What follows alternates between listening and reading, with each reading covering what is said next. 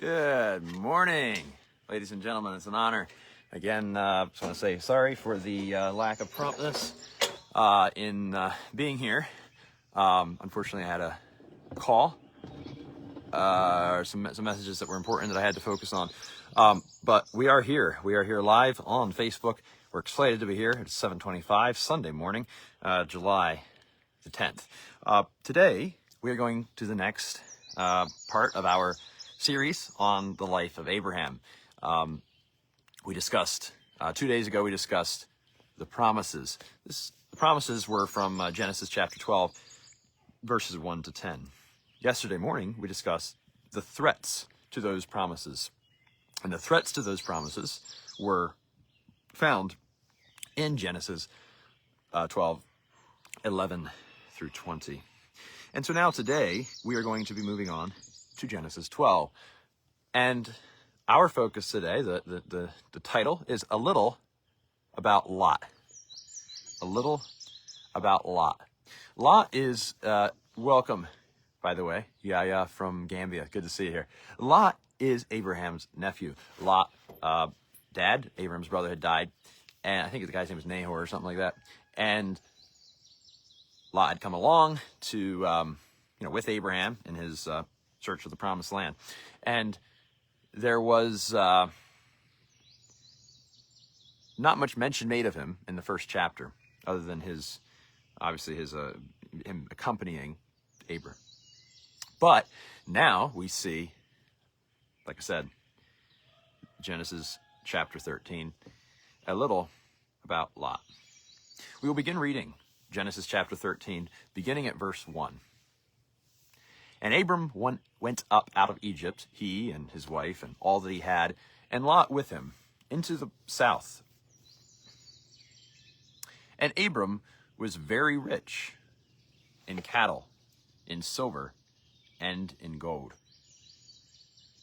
And he went on his journeys from the south even to Bethel, unto the place where his tent had been at the beginning, near Bethel and Ai, unto the place of the altar which he had made there at the first, and there Abram called on the name of the Lord.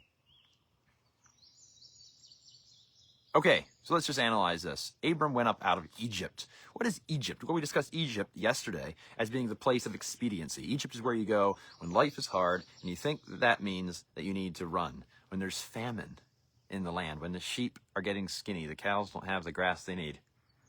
And so what you do is you leave, you go down to Egypt. Well, we discussed yesterday why that is a problem, because none of us know whether or not Egypt, the famine, none of us know whether the famine might be actually what we need to grow. That might be exactly what we need to grow.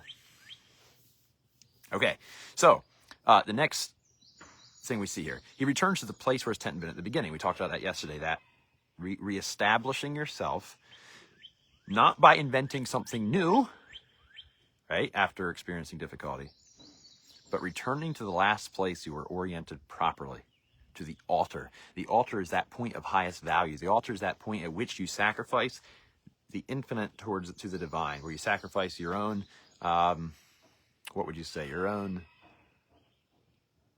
short-term hedonic whims, right, towards the divine presence, to God.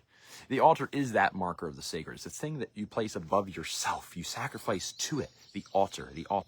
To call on the name of the Lord here in these verses is to voluntarily resubordinate yourself to the highest good after a period of drift. A man, here's the truth I want you to remember from these verses, from the verse 1 to 4. Are you listening? A man reorders his life by reestablishing what sits at the top of the hierarchy of his values. You go back to the altar, back to Bethel, back to God.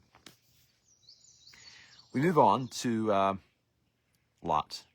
Verse 5, and Lot also, which went with Abram, had flocks and herds and tents, and the land was not able to bear them, that they might dwell together, for their substance was great, so that they could not dwell together. And there was strife between the herdmen of Abram's cattle and the herdmen of Lot's cattle, and the Canaanite and the Perizzite dwelt in the land. Okay, so here we see several things. First of all, success itself generates problems, the next problem. Success generates problems. It's precisely because they are so blessed, because they have so much cattle, because they have so much gold, that the land cannot hold them. The reward for solving one problem is a more complex problem. The second thing we see here, scarcity forces this confrontation, right? Limited land plus two claimants, two guys needing, what would you say, pastures. This is the perennial structure, right? The tragedy, unfortunately, what happens is when we look at life through the lens of the scarcity mindset, when we look at life that way, we see, unfortunately, the resources that we are blessed with as a limited commodity, and they are not. So that is a mistake. Okay. The Canaanite and the Perizzite in the land. You notice how that's kind of given just as a side note. The Canaanite and the Perizzite dwelt in the land. I think that's very significant. I really do. I think that's very significant. I think it's there for a reason. I just want to adjust the height on this a little bit. Bear with me. We are so new to all this video production stuff that there's just a little bit of, obviously there's different things we got to work our way through. Am I more centered there? Apologies, I'm a bit of a perfectionist. Okay, there we go, boys and girls. Much better. So the potential adversary is watching, right? That's what we see here. The Canaanite and the Perizzite dwelt in the land. I'm just going to move my chair back a little bit. So I want to get myself correctly in frame here. Is that in frame? Okay. The Canaanite and the Perizzite dwelt in the land. A house divided against itself cannot stand, right? And so internal strife makes you vulnerable. So in other words, there is the enemy within the promised land. Now, here's the truth from these verses from section 2. Conflict is not the exception. It is the default. The question, and it's also the default when there's value and there's resources at stake. Conflict happens. The question is, how do you confront it? How do you confront your fellow men? As rivals or as potential partners? The resources are not limited. They're not. Natural resources, what holds us back is not the lack of resources, the natural resources in nature. It is our lack of technology to mine them, to produce them. What holds us back spiritually is not the lack of resources from the divine presence. It is rather our lack of openness to receiving them. What holds us back physically from resources from health is not the lack of resources, but is our lack of discipline, is our lack of focus. What holds us back relationally is not the lack of resources. It is rather the lack of our willingness to truly desire to know others and to understand them. What holds us back emotionally is not the lack of resources, but rather the lack of courage to confront our fears and face our pain. And finally, what holds us back mentally is not a lack of mental health resources. It is rather a lack of our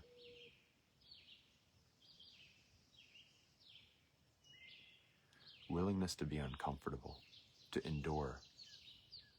Why not just pop some antidepressants?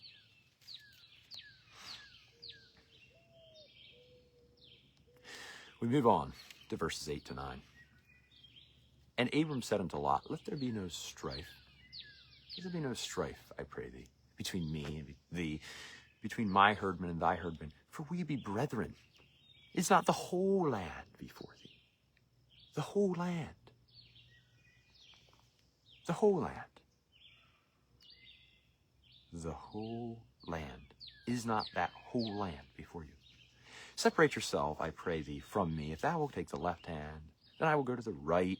And if you want to go to the right hand, then I will go to the left. Abram has every right to choose first. He is the elder, the one with the promise, the patriarch. He surrenders that right voluntarily. This is the central sacrifice of this chapter. He gives up the visible, immediate, tangible, good, first pick of the best land, on faith. He acts as if letting go will not destroy him.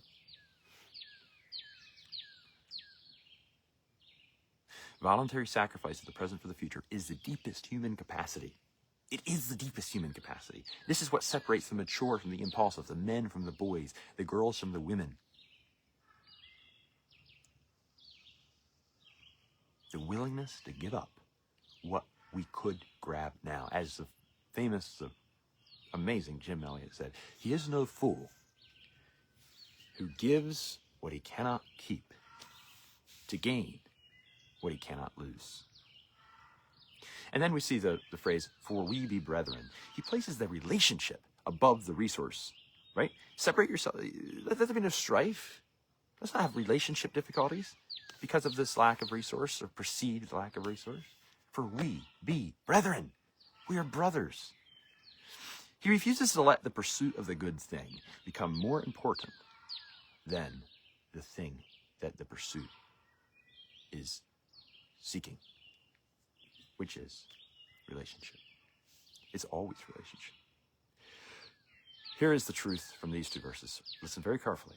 The person who is genuinely oriented upward can afford to be generous because his security is not the visible resource.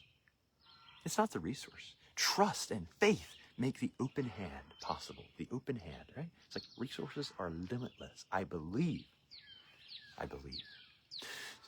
All right, verses 10 to 13. And Lot lifted up his eyes, and he beheld all the plain of Jordan. That it was well watered everywhere, like the land of Egypt as thou comest unto Zoar. Then Lot chose them all the plains of Jordan, and Lot journeyed east, and they separated themselves the one from the other. Abram dwelt in the land of Canaan, and Lot dwelled in the cities of the plain, and pitched his tent toward Sodom. But the men of Sodom were wicked and sinners before the Lord exceedingly. Okay, so Lot lifted up his eyes. He lifted up his eyes. Look at that sunshine. Welcome, sun. Beautiful day, beautiful day. So Lot lifted up his eyes, and he beheld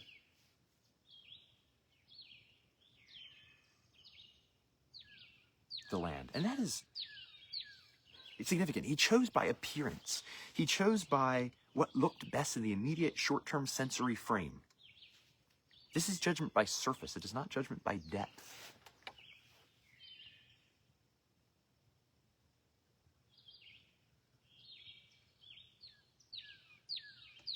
The narrator of the story loads a bit of a warning here. He says, it looked as the garden of the Lord, as paradise, as the garden of Eden, but also as thou comest out of Egypt, as thou comest to Zoar, like the land of Egypt, the place of bondage Abram had just escaped.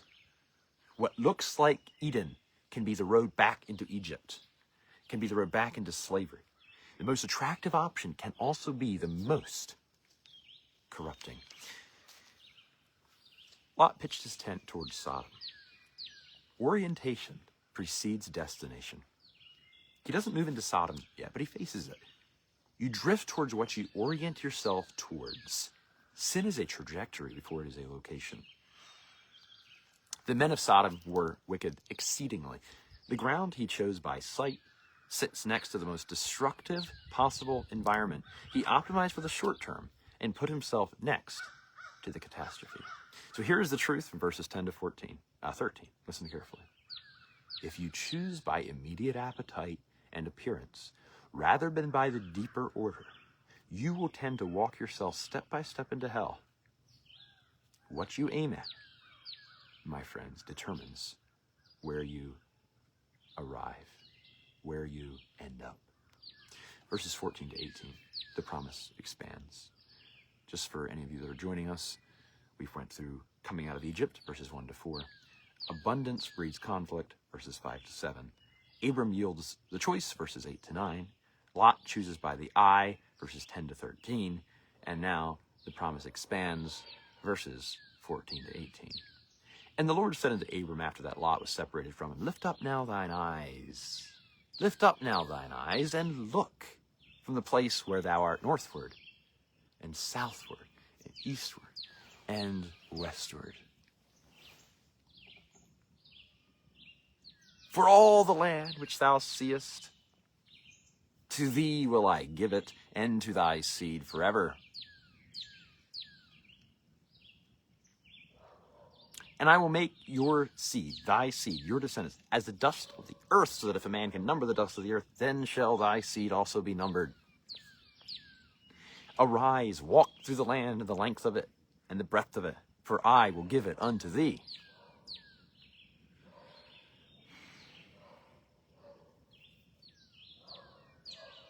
Then Abram removed his tent, and came and dwelt in the land of Mamre, which is in Hebron, and built there an altar unto the Lord. Okay, so what do we learn from here? Well, first of all, timing is the point. God speaks after Lot was separated from him. The expansion of promise comes after the sacrifice. It comes after Abraham's willingness to say, look, man, the relationship between you, my nephew, and I is more important than the pastures. Just take your choice of the land. I know it's promised to me, but the land is before you. I give it to you. You make the sacrifice first in the dark, in the desert, and the reward follows. The reward follows. Lot lifted up his eyes to grab. Now God tells Abraham to lift up your eyes, lift up thine eye, to receive. The same act, lifting up your eyes, right? But the one is grasping, and one is a gift, consequent on surrender. What Lot seized, Abram is given, and more. Next, the reward is disproportionate to the sacrifice. Abram gave up one plain. He is granted the whole land forever.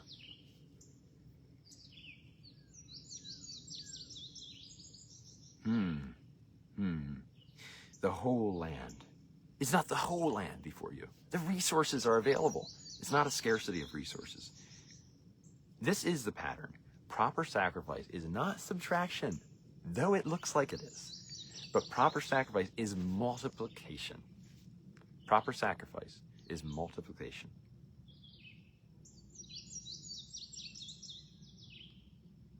Arise, walk through the land. The promise is not passive. You have to embody, you have to move through it, you have to take responsibility to walk through the land.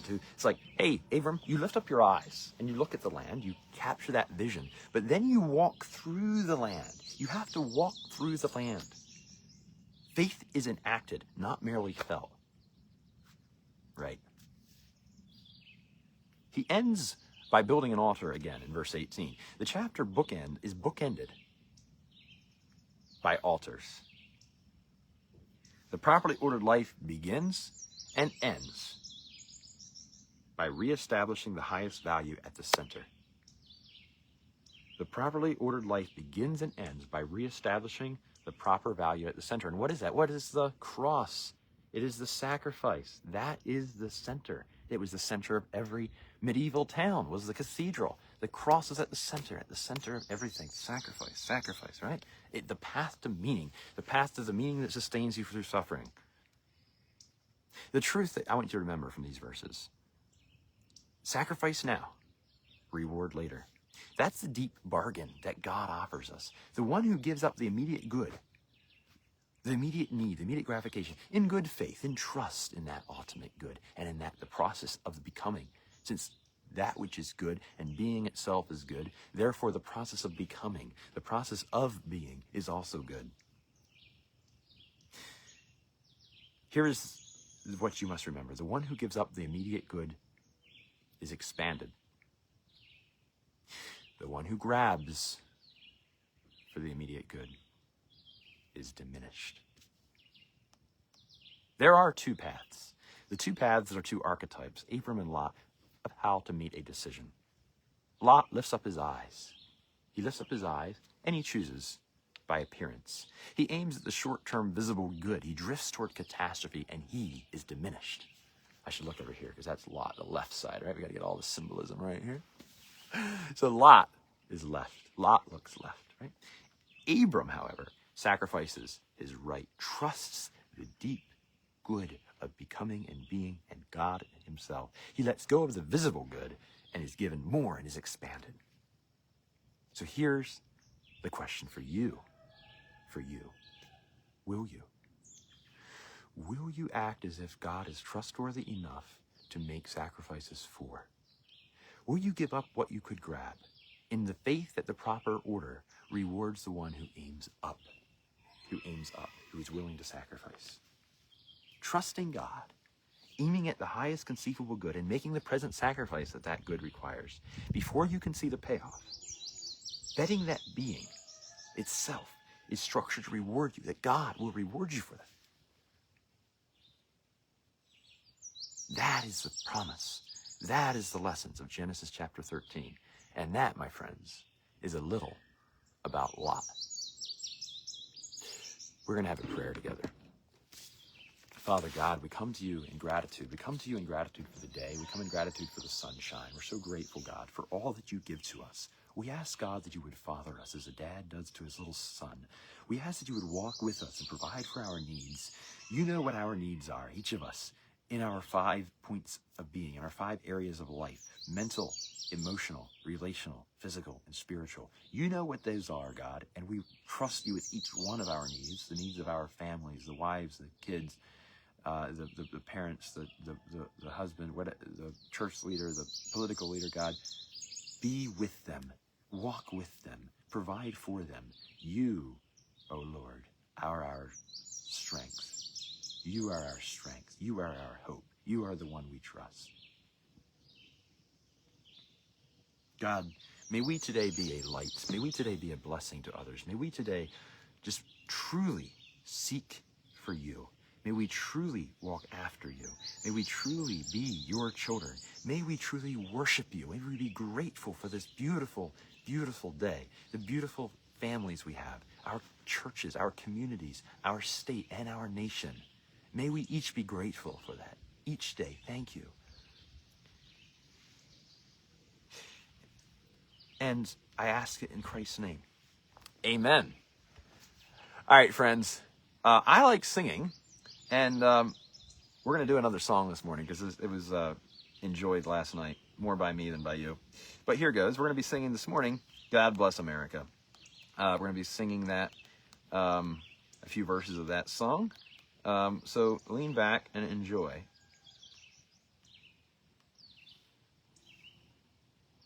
I want to pull up the soundtrack for that. Bear with me one moment. God Bless America.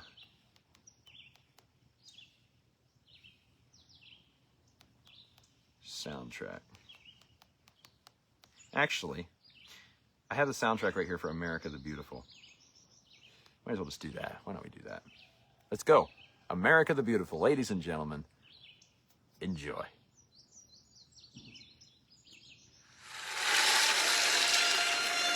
Beautiful for spacious skies, where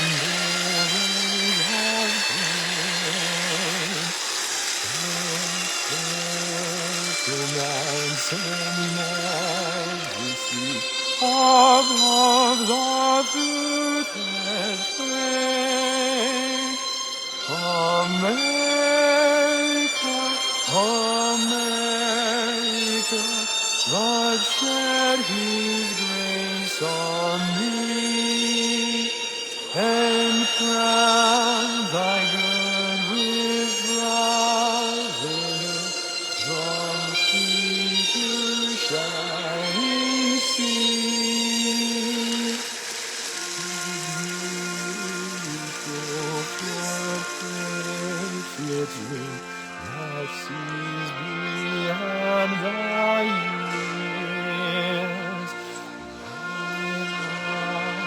Paradise was citizen, longing by human tears.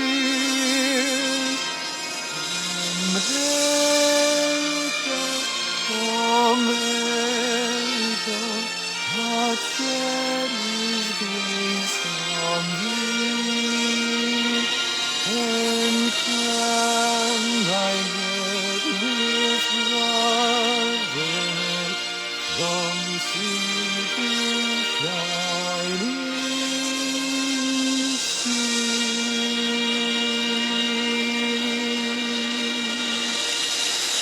you, ladies and gentlemen. God bless you. God bless America. My name's Timothy Freed, and I'm your brother.